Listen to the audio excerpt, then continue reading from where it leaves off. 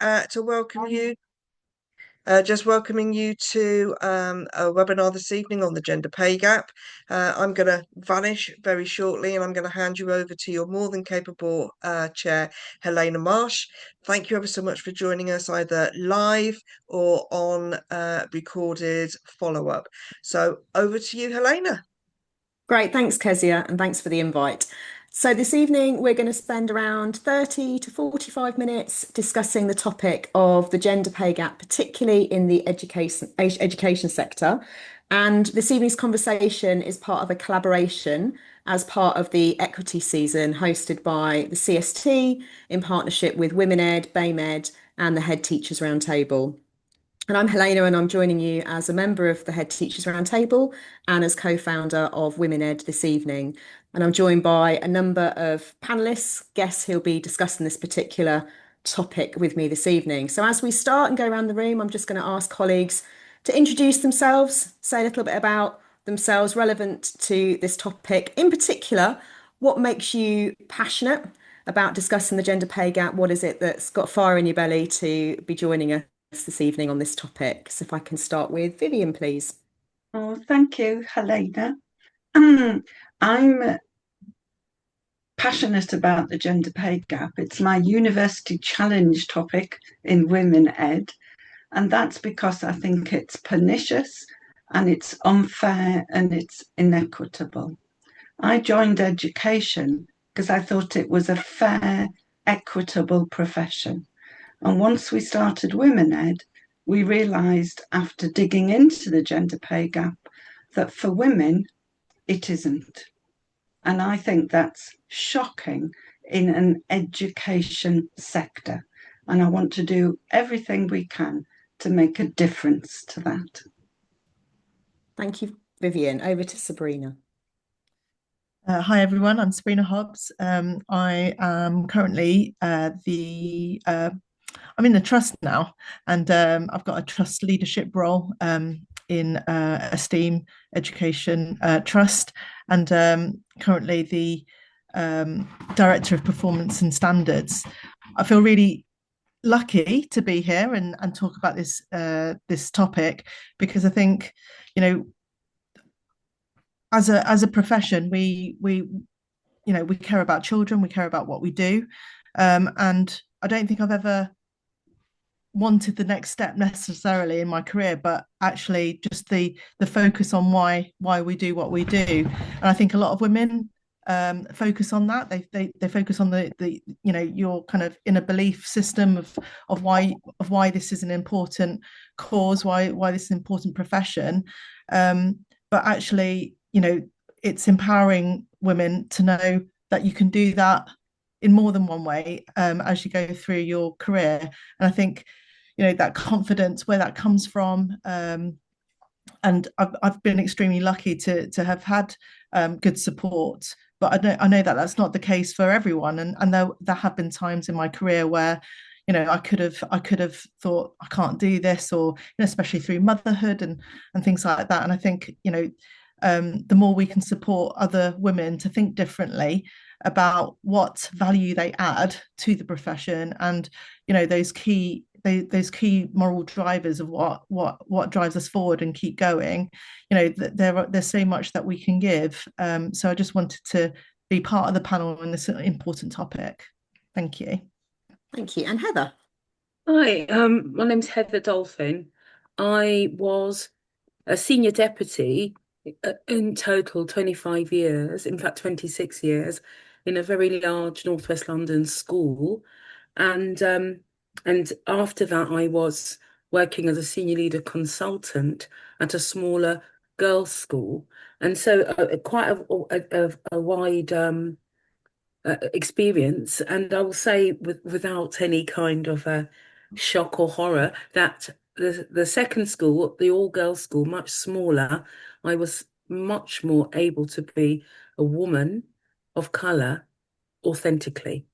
So I just thought I'd start with that and say that I think in terms of concepts and principles, my career has always been one that's, I think, enriched, but also the challenges of intersectionality. And because I reach senior leadership just before the big national conversations and debates.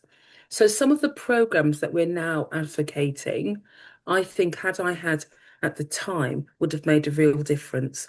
And so later on, when we reflect on what it is that we can do to bring some solutions, it's almost like reversing what I think the challenges were for me at the time. So I had a wonderfully accelerated, fantastic, like Sabrina, I had advocates. And without those advocates, I wouldn't have got to where I got to. Then I put a glass ceiling. And it looks actually as though I put the glass ceiling because I, after 4 applications, did not continue to apply for headship.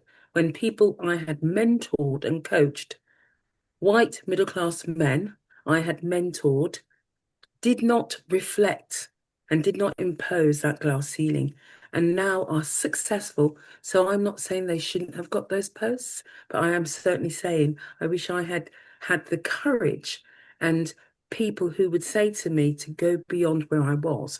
So already there are a couple of principles, one of self-imposed limits, and the other is also about at what point do you consider that you are ready for that kind of next jump?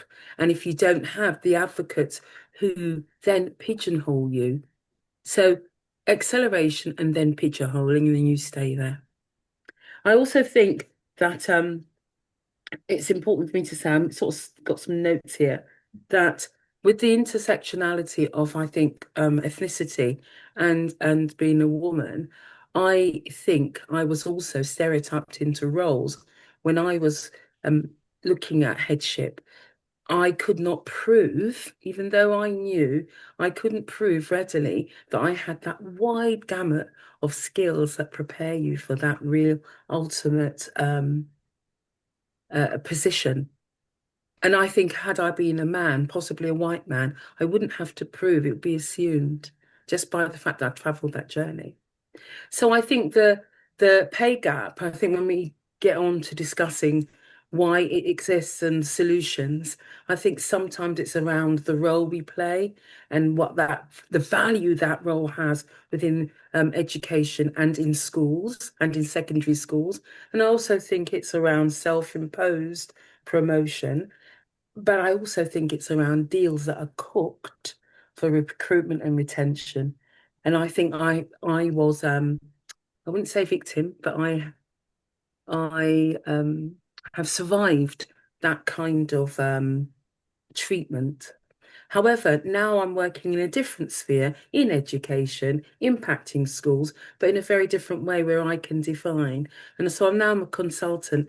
And with consultancy, obviously you define what you do and you define what you earn, or it should be. And I'll stop there. Thank you. And I think what all of you have started to introduce into this evening's debate is it's not a simple topic. Some of what we'll be discussing with the data and the statistics, and when we're talking about HR practices and processes, it can feel very technical and managerial, but actually there's a lot that sits beneath the iceberg of why we have the pernicious gender pay gap, as Vivienne termed it at the start, and how it can be much more about organisational culture and leadership than necessarily just about HR practices. So I've got a series of slides of which I'll try to multitask and work us through as well, Vivienne. But if I start with you, we had the Equalities Act introduced in 2010. Here we are in 2025 talking about the gender pay gap. To what extent should we still be worried about this phenomenon, and what's the picture showing us over the last few years? Are you moving the slides on? Hopefully I am. Thank you. Thank you. We've got a key question here. We have an equal pay approach in this country, as do many other countries. We also have a gender pay gap. I don't understand how the two can work together. Because if we've got equal pay and men and women are receiving the same pay for the same role, how can we have a gender pay gap? I don't understand the premise of that. And if we move on, the reality is there's an enormous gender pay gap in a lot of sectors, but sadly, And infuriatingly, education is one of the sectors that has one of the highest gender pay gaps. The education sector has been in the worst 3 sectors since gender pay gap reporting started in 2018. Now, the thing is, it includes all aspects of gender pay gap. So we don't know what it is, or we didn't know how schools contributed to that. But we do know from 2023 onwards that all British sectors pay men more. And you can see education is there in the top 3, or maybe we should describe it as the worst 3. Because look at the size of the 2023 gender pay gap in education, 20.4%, which basically means for every pound that you earn as women, men are earning 20% more than that for every hour they work. Thanks, Helen. And we see the gender pay gap in the lower salaries women earn, in the lack of respect shown to them, and the bias demonstrated when the colour of a woman's skin or her background meant she's paid less for the exact same role as other men. And that's bad enough. But we also see the shocking gap then in the pensions they accrue. When I was a head teacher, it never occurred to me that fellow male head teachers would earn more than me, because I thought I'd joined an equitable profession. So I know I got paid less now, and I know that I got less in pensions. I don't understand how that can be tolerated in an equitable profession. Can we move on? Let's find out some data then. When we send these slides out to you, do have a look at this, because this was the first report into schools' gender pay gaps that was Women Ed, the National Governors Association, NAHT and ASCL. And I really want you to be able to read that, because it lays bare all the reasons for the gender pay gap and what we can do about it. Thanks, Helena.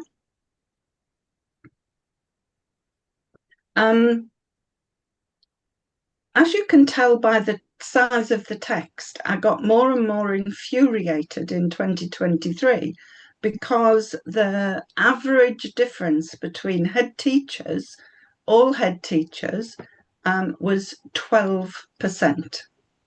So just keep thinking that for every pound you earn, then on the whole, men were earning another £11. And just think as we go through our conversation, what would you do with that £11 per hour? I think it's shocking, absolutely shocking. Are you doing this slide, Helena, or am I? Yeah, I was just going to mention. So on an earlier slide, we had the link to the government website that looks like this, where you can type in the name of any organisation that has more than 250 employees to be able to identify what the gender pay gap is. And I think what's quite interesting is, whilst it's still persistent and it's there's a great deal of variation within the sector. So just looking, pulling this slide together, this is the trust that I work for. The gender pay gap here, we're still, working to try and close that gap further at Anglian Learning, but you've got this 13p equivalent gap when you look at the median hourly pay. And when I explored other local medium-sized multi-academy trusts, the variation is huge. So we've got this one here where it widens to 30p less for every pound in the gender gap between male and female, and another one here that's 43p. So I think what we're exploring this evening is not just that it exists, but why is it so wildly different within different organisations, and what can we learn from those within the sector that are managing to close the challenge, address the challenges and close the gender pay gap, and where have we still got lots of activity to work with. So passing over to Sabrina, Heather mentioned earlier on, and Vivienne actually, that sometimes there is this double or even triple disadvantage when we start to think about intersectionality, different protected characteristics. Do we know enough about that yet? What's the picture telling us in terms of where there are even bigger gaps for certain portions of the demographic in the sector? I think there's probably huge aspects of this that we don't know, because the data is probably quite weak, particularly when you're talking about women, gender pay gap, and then other areas of kind of identity that there may be. So race inequalities and disabilities potentially as well, and so on. So I think probably the data on it isn't necessarily there because the representation might not even be there, and that's potentially a difficulty or a challenge. But I wonder how much people have tried as well to find out, and where this in itself is quite a big issue, as Vivienne's pointed out starkly, and I imagine, especially in education, it's quite shocking because we think that there is parity in the way that there's the Equalities Act, and how pay scales work within the education sector. I think even looking at gender in itself is quite stark and surprising. So looking at other aspects of identity I imagine it, and not that I've looked, but I imagine it will be even more challenging to find out some of that data. And I think when we get to a point where the workforce census is more detailed and diagnostic in that regard, it'd be interesting to see whether or not that's reported collectively, or whether we continue to see different gaps, but whether they end up being sort of conflated so we get the true extent of potential discrimination in other respects. I do think that at the moment, many schools are getting ready for appraisal and performance management. And I think a lot of the conversations, particularly when you talk about pay recommendations, I think I know certainly that in many schools there's a sort of nervousness about being transparent about that process. And the NEU, and I'm not sure if any other organisations asked for it, but certainly NEU used to ask us to break down those who got or didn't get a recommendation to move to the next pay scale. These very strict pay scales, TLRs and various things. And often they would ask you to analyse, obviously, I know you guys know this, would ask you to analyse according to the various marginalised groups. And it was very interesting how it was reflected. And I'm talking, 3-4 years ago.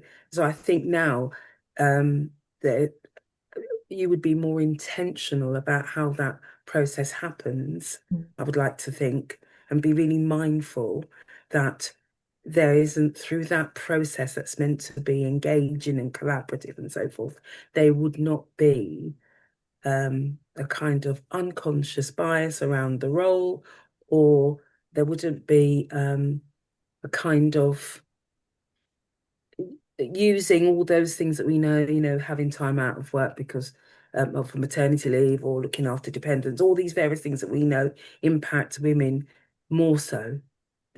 How that's reflected in that process. So what I'm really saying is that at the moment, I do think those conversations starting to happen. I was with a group of women on Saturday, and they were already looking at how they could use the appraisal process really positively rather than it work against them as women. So I think you touch upon there, being intentional, checking your bias, recognizing how some perceptions can get baked into the system. Like you mentioned appraisal there. I think there are the key junctures potentially in our careers where those sorts of decisions can be made, whether it's from the first conversation starting as an ECT, negotiating a salary, whether it's at the point of threshold and pay progression, whether people are putting themselves forward or being very sort of self-deprecating about having sufficient evidence. I think there are all sorts of milestones that we get to in our professional careers that can potentially hold us back. You're absolutely right there, Helena, because I was doing some work last week with a group of women who had no idea that there was a gender pay gap. They assumed that the pay scales would not be broken in any way at all. And they were shocked to find out that they're broken all the time, for all the reasons that Heather was saying, and for I don't tend to call it unconscious bias. I call it inherent bias. And well, I said unconscious, and I actually have assumed that language and grammar, if you like. But I think that, if we're meant to be leading an intellectual space, because it's schooling and we are meant to be part of that, how can it be unconscious? How can we not know what we're doing? Exactly. You know what you're doing. And as a head teacher, I'm shocked that I didn't see a gender pay gap in the spreadsheets, the financial spreadsheets. But because I didn't believe there would be one, I probably wasn't looking at it. And so one thing we need to ask everybody on this webinar is go and look at your financial spreadsheets. Do that tomorrow and see. And look up your gender pay gap for your organisation. This level of transparency, isn't there here? But Yeah. that's a very high level in terms of larger organisations. But I think you're absolutely right, sort of transparency at other levels where you see a job advertised as competitive. What does that mean? Whose sense of competitive? What's the scale of negotiation to be had? And what kind of deals, I think you mentioned earlier, Heather, sort of what deals have been done already or potentially could be done, and who's brokering those deals, and is it the same for women as it is for men, feeling like there's scope to ask I would recruitment and slave retention over a pay people? policy and then hear that, oh, the new person coming in science is well, we've decided that in order to get them to come in, they're going to do recruitment and also, and then we're going to do something more to retain. And I'm like, well, what about the young woman who's coming in to teach English? Nada, because it wasn't a shortage subject. And that was a deal, absolute deal. That was, and never called me in for that deal because they knew I would challenge it because science was considered to be a shortage area. And so it's really hard. You are in an anomalous position because as a leader, you are in a recruitment crisis, but at the same time, invariably, the young women who are coming in, and I say women because very often there was not bias. There were more women coming into English and art and the humanities, and they would just get what the pay policy says because it wasn't shortage, and invariably they had excellent grades. And I think on the flip side as well, we're under challenges with budgets to maybe, if someone doesn't ask, let's just assume we'll start them on the bottom and not raise it. But I think we have an obligation and a moral duty to make sure that if we're offering the same role to someone who was confident enough to challenge and to push and to ask for a higher pay scale for the very same credentials and experience, that we don't leave it up to that. So thinking more about this sort of stubborn gap then, Vivienne, I know you've got a bit more data to share with us around the patterns with different sorts of employment. So I'll move us on to the next slide here. This data is all from the report into the schools gender pay gap that I mentioned earlier. And you can see that the gender pay gap starts to emerge in primary academies round about 2012, for example. And there's a £3,000 a year average gap in the primary academies in 2021. £3,000, is that disgusting, or is that okay? Let's look at the next one. This is LA maintained schools, primary schools. There's a similar gap there. It's less, it's about 2,000, but there is still a gap in head teacher pay by year there. And again, the gap starts to emerge as academies are growing and growing. We have the next one. This is maintained secondary schools, and this is a really interesting one because the average head teacher pay in maintained secondary schools doesn't really have a gender pay gap. There's very little difference there at all. So maybe we can say maintained secondary schools are using the pay scales for head teachers. And the next one, whereas there's a huge gap between secondary academies for head teachers, and it's got wider and wider and wider as the years have gone on. So why is that? Is that because the academies no longer have to use the gender pay gap? That might be why. But if that's the case, then that is really inequitable between people, again, doing the same jobs. The only thing I can say is all of this data comes from the workforce census, and CEOs are put into the head teacher category of that. So we don't actually know whether it's head teacher pay that is causing an issue, or it's CEOs or trust leadership teams, for example. And that's one thing that we should be arguing over and over again with the DFE, because I think this data isn't clear enough for all of us in the sector to be able to know where the pay gap actually is being determined. So since the introduction of executive roles, Pardon? Since the introduction of executive leadership roles within MATS, which I guess feature in this, but wouldn't feature in LA, because that would be a separate organisation pay gap, wouldn't it? Do we think some of that is masking in here? Do we have any firm data around what the pay gap is in the executive role sector? No, because the all of this data is just coming from the workforce census, and all those roles you're describing in your trust are lumped in with head teachers. So we don't know where it is. But I think the growth of the academy gender pay gap there would be indicating that it's possible that that's what's developing as we see the data move forward. Sabrina, it feels like there's quite a lot we don't know and understand as much as that we do. What ideas do you have for how we should be raising awareness within the sector and, developing our understanding of this particular issue?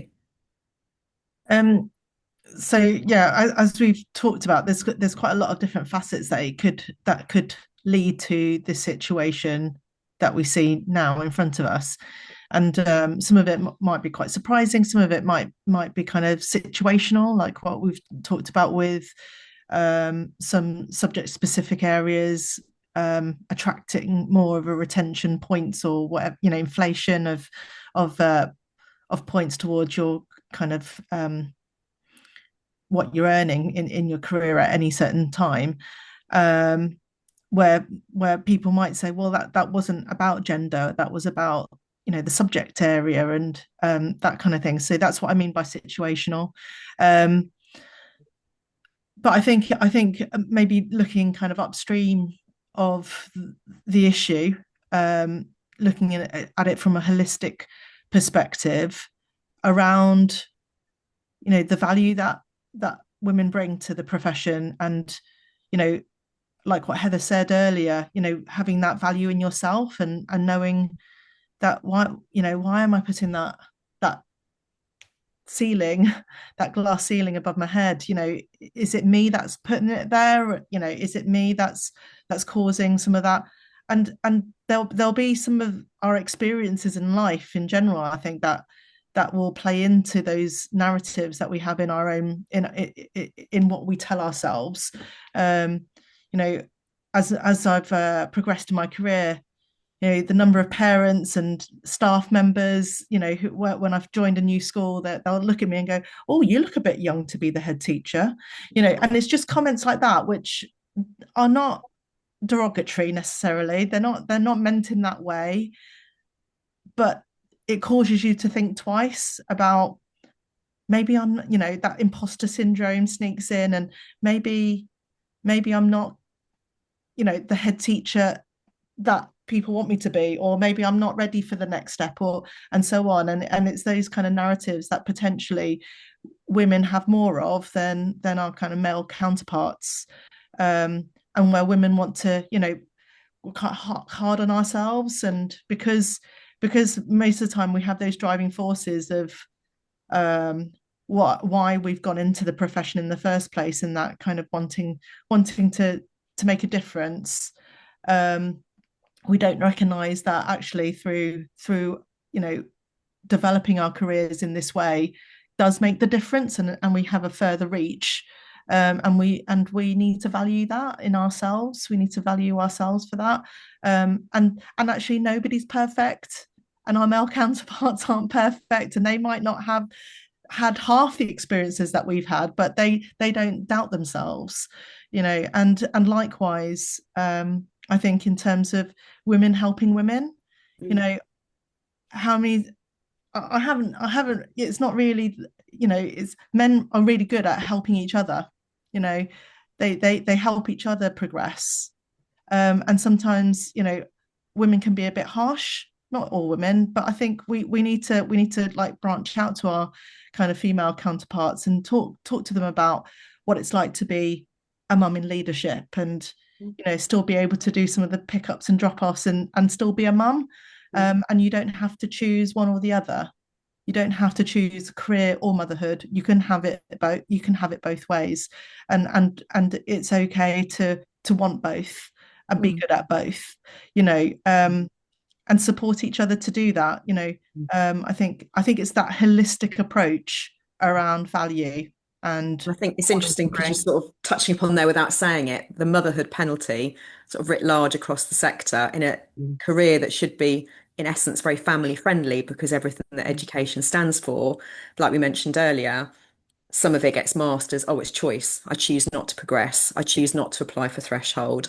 I choose not to take that opportunity. But actually, why are women making those choices that men don't feel that they need to? At the same time, we've got a fatherhood bonus where the pay data reflects the fact that actually men, when they start a family, according to the stats, are rewarded financially for making that step in their family life. And yet in 2025, we still have this kind of interplay happening.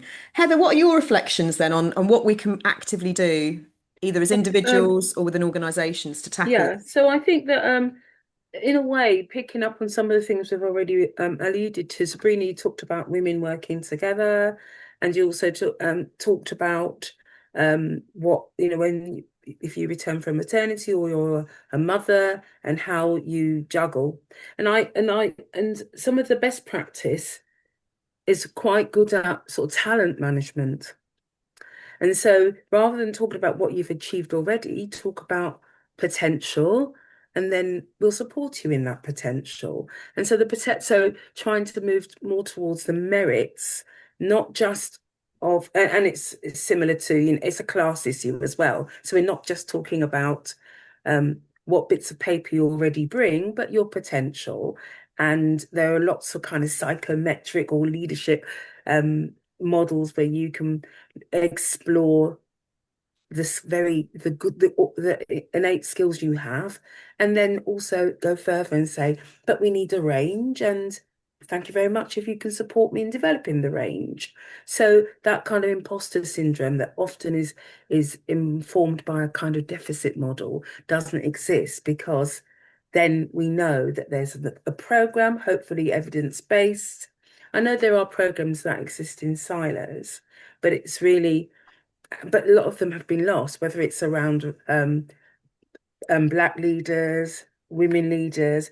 That idea of working in a caucus and targeting the groups that are in deficit has been discredited. Looking at America, we're not going to do affirmative action anymore. Looking here, we're not going to do positive discrimination anymore. But in actual fact, if the evidence tells us these groups are disadvantaged, target those groups, do the audit, and that's the other thing. So the first thing is maybe having programs. The other that's talked about is doing an audit, looking, like Vivienne, you were saying that if you stopped and looked at your data, your own personal data, very much the debate we had, started 10, 15 years ago about looking at the data of your children's outcomes and looking at it by groups and patterns. And some schools said, oh no, I don't see this and I don't see that. But actually do the data and then you will see. Often it doesn't tell you anything different, but you have the data. So that's the other thing, is doing an audit maybe of the skills spread, doing an audit of people's pay and see how reflective it is of existing differences. The other, which is sort of something I've been thinking about, and I sort of alluded to it earlier, is the whole business of how do we as school leaders, how do we value all of our subjects and how do we balance that against those areas that are hard to recruit? And is it fair? And that's for us to reflect on. Every school is different, but it's just something just for us to realise that there are things that we do by institution and by structure that disadvantages certain groups, and those groups are overrepresented by women. So maybe have a little think about those kind of recruitment and retention strategies. There's loads here, so I'm just going to whiz through. There's that awful phrase again, but I'm just going to say it. So we think about our recruitment processes and think about whether the process unconsciously biases certain groups. So not just once they're in the school, i.e. retention, but how our recruitment processes. There's also this whole notion, some documents talk about whether the language used, I think this is more about recruitment and how we can get more women to come in and then value their role with remuneration. And they also talk about, some schools talk about, I think a lot of talk about saying that it's because of I think you called it, Sabrina, situational. So if it's because of the situation, whether it's by their subject or by their qualification or by having had time off and coming back, that they're ending up earning more. But we were talking about pay awards and how we approach pay awards and being really analytical and honest and transparent about pay awards. And I think that's the tension, actually. Mm-hmm. That's underpinned by recruitment issues. I just want to say a little thing, and it's not just about the teaching staff. I have noticed, and it's in other areas too, but within education, it depends on what you call something. So the work you do might actually be quite similar. But because you're called the cleaner and not called the site officer or maintenance officer, you get less. And it's often the women who are the cleaners. So it's a bit like, Gendered. The obstetrician versus the midwife. I mean, not Like the quite Dagenham dramatic. factory. Yeah. Mm-hmm. So Mm-hmm. yes, it is. It is the four Dagenham debate, isn't it? Really similar. And also just on the back of appraisal, and then I'll stop. On the back of appraisal, I know that a lot of women, because of family commitments, stay in one school for a long time. And on the leadership spine, after you've got to the top of your band, you cannot earn more. And I know the way around that is quite easy. It's to just change the job description slightly. And by changing the job description slightly, you can remunerate and put in a different band. So I know definitely for me and for other women in leadership, we say, well, how come they're earning this? Because they haven't hit the top of their band yet. You started them in a different band, number one. So hey, what do you expect? But also, with their role, that you've changed their description. Oh, this person is now looking after standards and quality or the budget or whatever. And so they can have a different job description and have a different salary. A lot of women are in areas where it's fixed. They don't demand it. They don't play a role in the collaboration that it's meant to be. And so they just stay in that band, they hit the top, and they can earn. I was on the same salary for 5 years because I'd hit the top. The other point you mentioned there about Oh. sort of geography, we're still in a situation where a lot of women do the other labour in the household, be that childcare or ferrying children to clubs. So I think another reason why a lot of women end up staying in the same role rather than progressing their career is that they feel like this logistically, I have to kind of make it work. And we also know through Women Ed research regarding flexible working and the MTPT project that women can be reluctant to look elsewhere if they're worried that any flexibility that are afforded in their current roles won't be if they apply elsewhere. And I think it's interesting, Sabrina, I'm going to call you out, you used the word lucky earlier, and I hear so many women that have a partner that shares the load at home or has a boss that pays them fairly. They use the phrase lucky. It's not about luck, it's about fairness and equity. And yet there's that kind of self-deprecation that we often find with, not wanting to push, not wanting to challenge, not wanting to change in case the sort of delicate equilibrium we've built in our lives kind of comes crashing down. So it's really interesting. Can I just ask a question on the back? Ask our colleagues who are sharing in this webinar, ask them just on the back of this, if for them to reflect and maybe possibly send us a message in the chat just on what have they got any practices they use in their school that is women friendly, like welcoming job share, like whether they might even have I mean, we're having more of that. But I think when we do it, like you said, it's amazing and extraordinary. Co-heads, flexible working, condensed week. Yeah. And anyone who's in a trust or standalone school or whatever that have tried things and it's working and it's changing the demographics of the staff and also of the audience can't add to the chat. I think we might be able to add to the chat possibly if Kezia is that'd be right. good. We'll see if any comments pop up. So Can I just pick Yeah, up what Heather said though, just to help the audience? We've got in our latest Women Ed book, The Disruptive Women, An Equitable Guide to Education. We tackle all of these things. And if you want to know more, then please have a look at that book, because it covers everything we're talking about here: flexibility, representation, diversity, gender pay gap, but in obviously a great deal more detail. So I'd love you to have a look at that. That would be great. So as we sort of come to a close, just want to invite us really to think about our final thoughts and specific sort of strategies and action that we can be empowered to take to make a difference within our own setting. So I've got a few reflections. We've talked about this earlier on. A few reflections from Vivienne appearing on the screen, which sort of reinforces some of the data we were discussing earlier on. If I take us to the next slide, Vivienne, some really practical steps that can be taken at an organisational level. Anything else that's not on there that you want to highlight? No, I've just on one side is what an organisation can do, and on the other side, it's what individuals can do. Removing the current salary question is essential.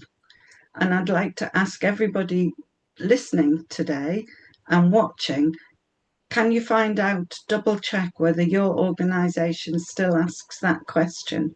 Because if you are, from everything we've said today, that means the gender pay gap is being baked in more. And people have often then said to me, well, what if I want to apply to a school and they've got that question there? What do I do? I said, don't fill it in. Don't fill it in. And one person told me that she didn't fill it in and she was asked why not at the interview. And she said, well, because it bakes in the gender pay gap. And I know you wouldn't want to do that, would you? Brilliant, brilliant. Review the data, that's as you were saying, Heather, as well, and based on progression, on gender and ethnicity, and ask the governors or the trustees what the gender pay gap is and why it's there. And you don't want to, if that's a nervous question for you, just ask the staff governor to ask that, or a staff member of the trustees. You don't have to make that question there. And wherever a gap exists, and there are so many of them, create a plan to reduce your gender pay gap. Change your report from a monitoring tool to a tool that's going to contribute to reducing the gap. And these are some of the simple ways that you can change the dial on this. And with the report that I highlighted earlier, there are very many other suggestions to make. And good luck with doing it, because it's really needed for women in education. Absolutely. So I'm going to leave us with our final slide there, just to remind us of why we're here this evening and what action we can take to avoid that particular image being the sad reality of the gender pay gap in our sector. And a huge thank you to Vivienne, to Heather, to Sabrina. You'll find Women Ed, Head Teachers Roundtable, BAMED, CST on various social media platforms. So if you've enjoyed the discussion, the seminar this evening, please do share and contribute to the ongoing debate about this particular topic so we can raise that awareness and work hard to address it and close it in education. Thank you, everyone.